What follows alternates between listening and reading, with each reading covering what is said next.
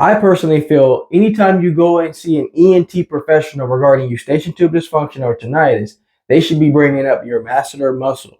Now, your masseter muscle is the strongest muscle in the entire body.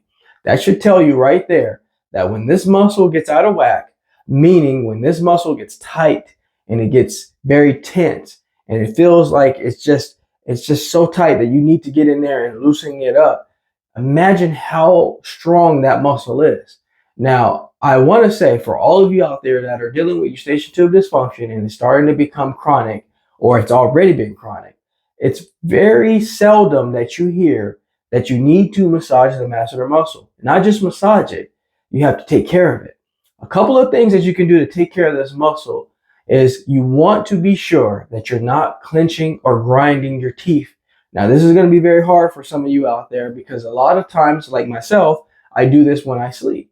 And if you don't have a partner or someone that can detect these things, it's kind of hard to know if you're clenching or making some kind of sounds from your mouth with your teeth. And it's just hard to detect. So when you go in to see a doctor and they're just talking about allergies, allergies, allergies, and that's what they seem to be sticking and hanging on to, for something chronic of that nature, it's hard to say, but I want to say a lot of you out there have successfully passed the allergy test, meaning you've done a lot of nasal spray, you are on a decongestant, you have washed out your nose as much as you possibly can with a neti pot or something, some kind of nasal irrigation nose system, and you just keep getting the same problem. You're getting the clogging, the clenching sounds, the swishing sounds. You can't say, no one can say that it's just an allergy problem. And this is why I continue to harp about this, is because there's more to it than that. Most of you that have talked to me, you've gone in and you've seen a professional, you've seen someone that does this every single day, and they've never mentioned the masseter muscle. They never mentioned anything of that nature at all. And this is why I want to bring this to your awareness, because that ended up being ultimately my problem. I ended up having a really terrible jaw. I was clenching. My masseter muscle was so tight, and can lead through several years of just pain and suffering. And not only that, it can get into the mental state where now you're in this roller coaster, this swivel kind of thing where you just can't seem to catch on to why this keeps happening. And now you're in this state of panic, state of rush. And so I always say this is like the carousel effect. Carousel effect is when it goes from becoming a nuisance to then becoming, okay, this thing is hanging on, to then becoming a problem with the neck. It becomes a problem with the jaw. And then it becomes a mental problem where it's like you're depressed about it, you're stressed about it. Anytime you stress, you send out cortisol through the body. This also has a lot to do with why your neck is tight, because the body starts to fire all these signals through the body, starts to release histamine, and then your jaw and your masseter muscle become so tight that you end up not really being aware that it's that. You kind of think it's just something stuck in the ear, and 9 out of the 10 times, it's usually not that. So I want to bring to your awareness some things that you can do that you can tone down a little bit of the masseter muscle. Now, again, if you're clenching, if you're stressing will, again, it will cause you to clench. That's kind of the scenario it goes in. The stress is kind of the prerequisite, and then the body starts to follow suit. So then you stress, it sends off the signals, the muscles begin to get tight, and then now you're kind of stuck with these symptoms of the ear. So what you want to do, and this is very important, this might insult a lot of people, is, of course, you want to stop chewing gum completely. Now, I know that's a deal breaker probably for a lot of you, because a lot of you rely on gum. If you're truck drivers, or you're just a delivery driver, or you're doing something that requires you to be focused all the time, those things are going to be hard to give up, because you're going to need to be, you're going to have to be careful with that stuff. And here's another thing that's going to be a deal breaker, and it sounds like I'm picking on delivery drivers or people who have a job where it requires focus for an extended period of time. And like the same goes true to eating seeds. I know it sounds crazy, but when you eat like seeds and you're sitting there And I see a lot of people driving, maybe truck drivers or people, maybe security guards, they're eating seeds. Well, you don't realize this, but sometimes when you're sucking on that seed, you're kind of putting a little bit of stress in the jaw muscles because it's just a continuous thing. You know, you're kind of just tensing the muscles up. And sometimes you don't realize it. So either just eating sunflower seeds can do that to you, you know, and then chewing gum. And then again, if you're stressing, you're going to start clenching. But of course, you can't tell someone just you can't stress. It's going to be very hard to tell anybody not to stress. But what I want to do is bring the awareness to you. If I can bring the awareness of these things, it's going to get into the mind, and it's going to get into the mindset of, okay, I need to be careful. If you can be aware, that is simply the problem, is you are not made aware. Like we tell our children, you know, you got to be careful. You got to be vigilant. You know, when you're not in my my presence. Like when you're at school or you're crossing even the crosswalk these days, you got to talk these things to your kids constantly. You got to always fill their head up with good knowledge and good mindfulness. You know, you have to always tell them good things.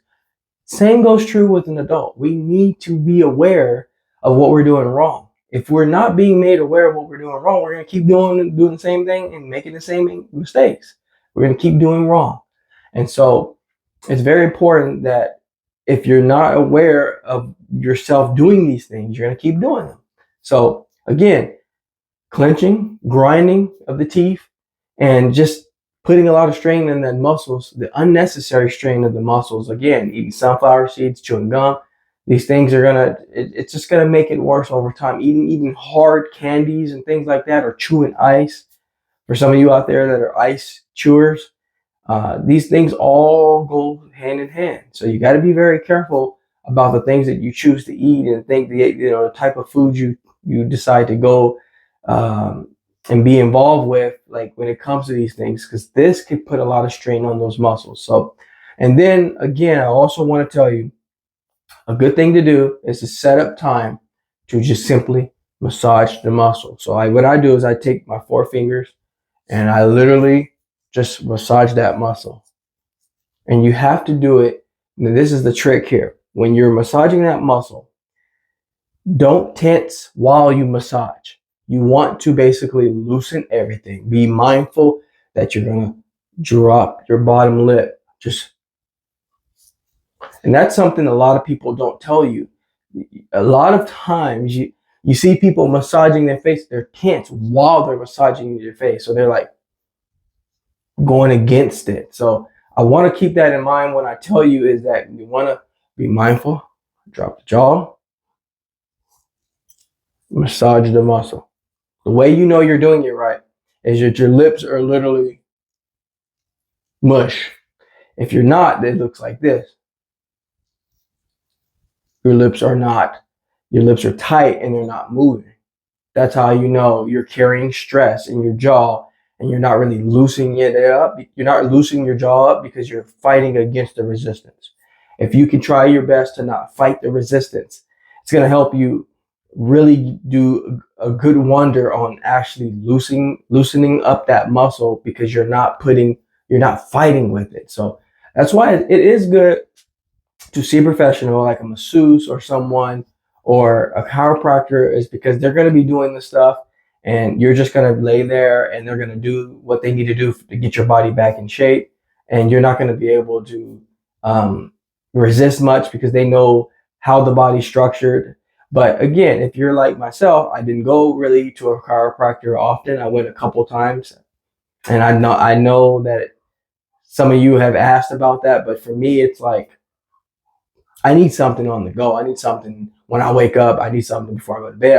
I need a remedy that I can do often. So remember, clenching, grinding, and chewing hard things and using that muscle when you don't need to, and taking time to massage the muscle are going to be really good things to do. And last but not least, I saved this for last just in case you want to close and exit the video now, because if I started with this one first, a lot of you would have gotten upset. You got to cut down on sugar. You got to actually cut down, almost completely get rid of it in some way. It's going to be hard to get say 0 grams of sugar.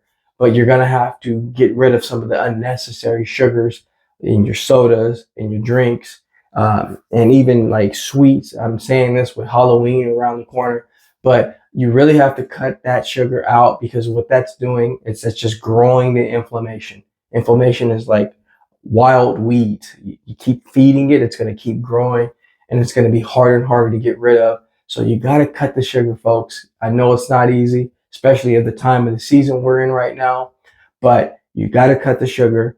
Everything I named, if you can do all of what I just named in this video, you're going to see tremendous healing results.